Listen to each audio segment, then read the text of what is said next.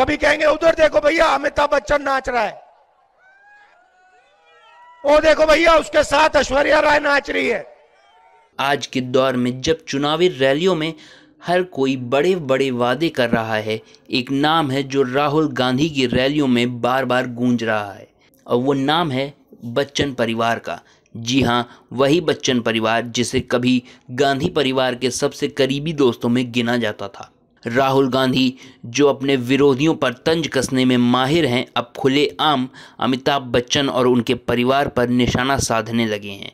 बात केवल इतने भर नहीं है कि अमिताभ बच्चन का समर्थन नरेंद्र मोदी को जाता है, बल्कि राहुल गांधी अब इस पुराने दोस्ताना रिश्ते की टूटन को अपने चुनावी भाषणों का प्रमुख हिस्सा बना चुके हैं।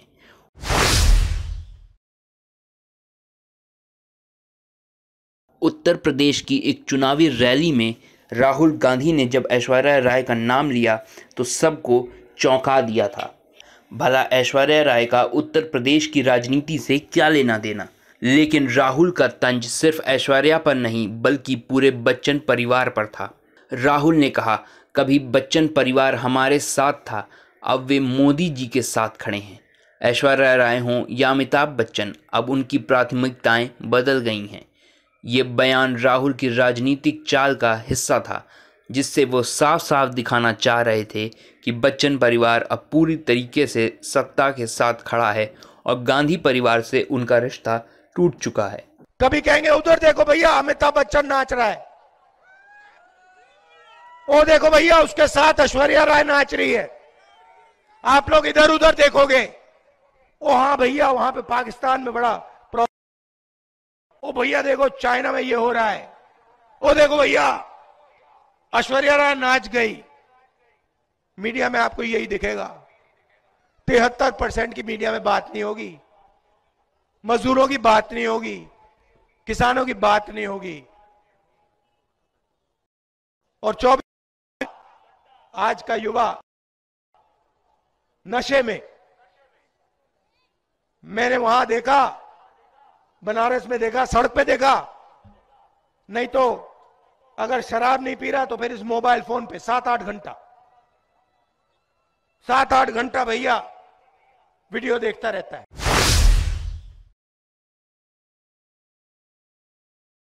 हरियाणा चुनाव की रैलियों में भी राहुल गांधी ने एक बार फिर से बच्चन परिवार पर निशाना साधा है।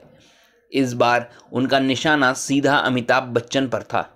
उन्होंने कहा, कभी जो अमिताभ जी हमारे परिवार के सबसे करीबी हुआ करते थे, आज वही नरेंद्र मोदी के साथ खड़े होकर उनकी तारीफों के पुल बांध रहे हैं। ये वही परिवार है जो इंदिरा गांधी के दौर में हमारे सबसे ज़्यादा करीब था, और अब उनका झुकाव किस ओर है ये सबको पता है। राहुल के इस बयान के बाद सभी को ये सवाल सताने लगा कि आखिर इन दोनों परिवारों के बीच ऐसा क्या हुआ जो कभी सबसे करीबी हुआ करते थे और आज एक दूसरे पर सियासी तीर चला रहे हैं।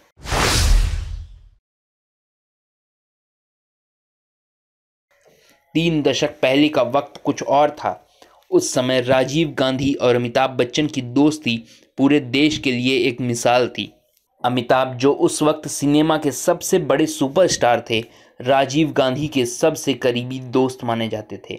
इतना ही नहीं, अमिताभ बच्चन की मां तेजी बच्चन और इंदिरा गांधी के बीच भी बहुत घनिष्ठ संबंध थे।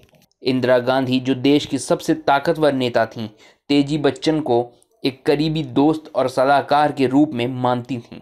इस रिश्ते का असर राजीव और अमिताभ की दोस्ती पर भी पड़ा। 1984 में राजीव गांधी के प्रधानमंत्री बनने के बाद अमिताभ ने राजनीति में कदम रखा और इलाहाबाद से लोकसभा चुनाव भी जीता।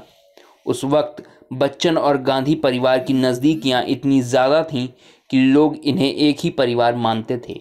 लेकिन राजनीति की बिसात पर रिश्ते कब बदल जाते हैं ये कोई नहीं जानता। 1987 में बोफोर्स घोटाले के समय जब राजीव गांधी की सरकार पर सवाल उठे, तब अमिताभ बच्चन का नाम भी विवादों में आया। हालांकि बाद में उनका नाम साफ हुआ, लेकिन इस घटना ने दोनों परिवारों के बीच एक खाई सी पैदा कर दी।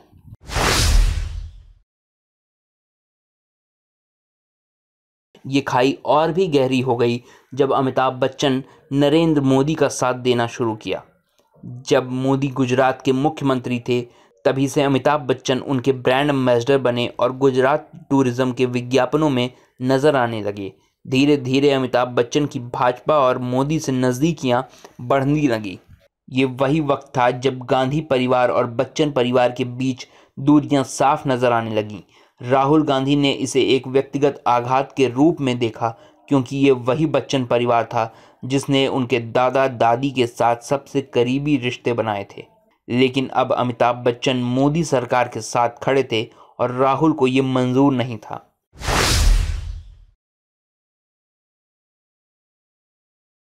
राहुल गांधी के ये तंज सिर्फ राजनीति का हिस्सा हैं या फिर उनके निजी आघात का परिणाम, ये सवाल हर किसी के मन में उठ रहा है।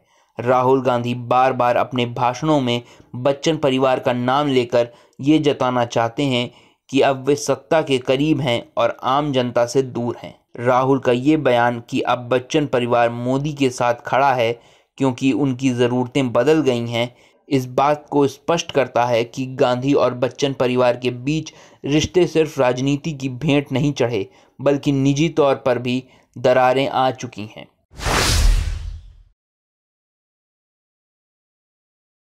कभी जो बच्चन परिवार गांधी परिवार का अभिन्न हिस्सा हुआ करता था, वो आज पूरी तरह से अलग राह पर चल पड़ा है।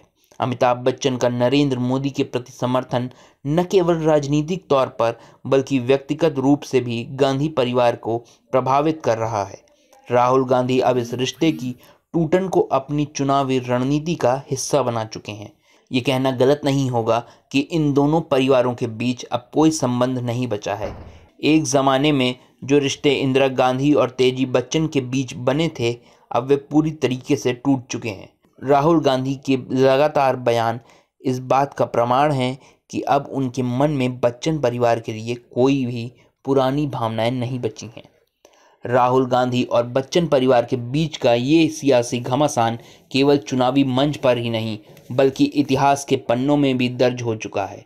कभी जो रिश्ता प्यार और दोस्ती पर आधारित था, अब वह तंज और आरोपों का खेल बन चुका है। अमिताभ बच्चन जो कभी गांधी परिवार के सबसे करीब थे, अब नरेंद्र मोदी के प्रचारक बन चुके हैं, और राहुल गांधी जो कभी बच्चन परिवार को अपना मानते थे, अब उनके खिलाफ चुनावी भाषणों में तीर चला रहे हैं। ये सियासी खेल आने वाले वक्त में और भी दिलचस्प मोड़ ले सकता है, लेकिन एक बात साफ है कि गांधी और बच्चन परिवार के बीच की दोस्ती अब इतिहास बन चुकी है।